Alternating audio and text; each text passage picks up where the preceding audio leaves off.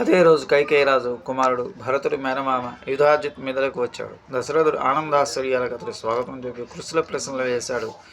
యుధాజిత్ తన రాకకు కారణం చెప్పాడు. మహారాజా,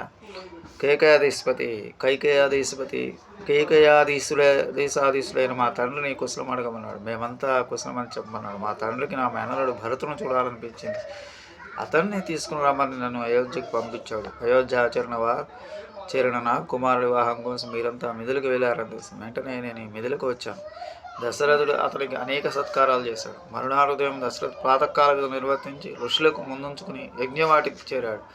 రామలక్ష్మణులు భరత శత్రుఘ్న సర్వాలంకారాలు ధరించారు. విజయం అనే మంచి ముహూర్తంలో వారికి తోరాలు బాసిగాలు కట్టడం వంటి వివాహ సంబంధమైన మంగళ కార్యాలు చేశారు. వశిష్ఠులు వారి ముందు నడవగా వారి వెనుక కుమారులు తండ్రి వద్దకు చేరారు. వశిష్ఠుడు జనకుడి వద్దకు వెళ్ళి ఇలా అన్నాడు. రాజా దశరథో రాజం కృతుకౌతక మంగళై పుత్రై నరవర శ్రేష్ఠ దాతారమభికాంక్షతే. మహారాజా, నువ్వు రాజులందరిలోనూ శ్రేష్ఠుడవు. నీకు ఏది ప్రత్యేకించి చెప్పనక్కల. ఇలాంటి ఉత్సవాలు దాత ప్రతిగ్రహీత ఇద్దరు కలిసి చేస్తేనే కదా జరిగేది.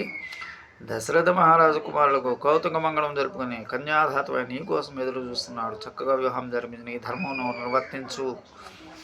పరమ ధర్మవేత్త జనకుడు వేగం ముట్టిపడేలా సమాధానం చెప్పాడు.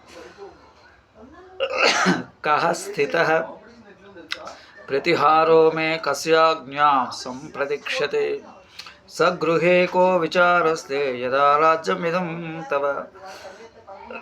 మహాముని, దశరథుడు ఇంకా మిథులకు వేరు, అయోధ్య వేరు అనుకుంటున్నాడా? ఇది ఆయనకు స్వగృహమే కదా. తను ఎదురు చూడటమా? మీ ఇంట్లో ప్రవేశించడానికి నీకు అనుమతి కావాలా? అడ్డగించే సాహసం గల ప్రతిహారులు ఉన్నారా? ఆ మహనీయుడిని రమ్మనమనండి. నా కుమార్తె కౌతుక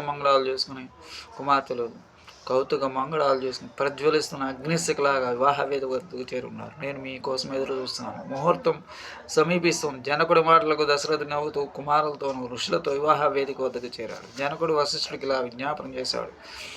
తతో రాజా విదేహానాం వశిష్ఠమిదమబ్రవీత్ కార్యస్వ ఋషే సర్వ ఋషిభిః సా ధార్మిక రామస్య లోకరామస్య క్రియాం వైవాహికీం యుహో. వశిష్ఠ మహర్షి, పరమధార్మికుడు అయిన నువ్వు ఇతర ఋషుల సహాయంతో లోకాభిరాముని రాముని వివాహం జరిపించు. వశిష్ఠుల వారు అంగీకరించారు. విశ్వామిత్ర సతానంతో కలిసి కళ్యాణ మండపం మధ్యలో అగ్నివేదిక కట్టించారు. దాని చుట్టూ గంధ పుష్పాలు, బంగారు పాలకులు, అంకురాలున్న కుండలు, ధూమ పాత్రలు, సృక్కులు, శృవాలు, వేద పీలాలతో నిన్న పాత్రలు, సంస్కరించిన అక్షతలు ఉంచారు. వశిష్ఠుడు అగ్నివేదిక 4 వైపులా సమానమైన దర్భలు పరిచి వేదికలో అగ్ని ప్రతిష్ఠించి మంత్రపూర్వకంగా హోమం చేశాడు. మంగళం భగవాన్ మంగళం గరుడధ్వజ మంగళం సుందవే శ్రేయకాం కౌశలేంద్ర మాణిం చక్రవర్తనూజా సార్వభౌమాయ మంగళం శ్రేయకాంతాయ కళ్యాణధేనుదేర్దినం శ్రీవేంకట నివాసాయ శ్రీనివాసాయ మంగళం. మంగళం నరసింహాయ మంగళం గుణసుందవే మంగళానాం నివాసాయ యాదాద్రీసాయ మంగళం. శ్రీమతే రమజామాతృ మంగళాశాసన పరమదాచార్య సర్వైస్య పూర్వైరాచార్య సకృపాయాస్తు మంగళం. శ్రీమతే రమజామాతృ మునీంద్రాయ మహాత్మనే శ్రీరంగవాసనే భూయాత్ నిత్యశ్రీ నిత్యమంగళం.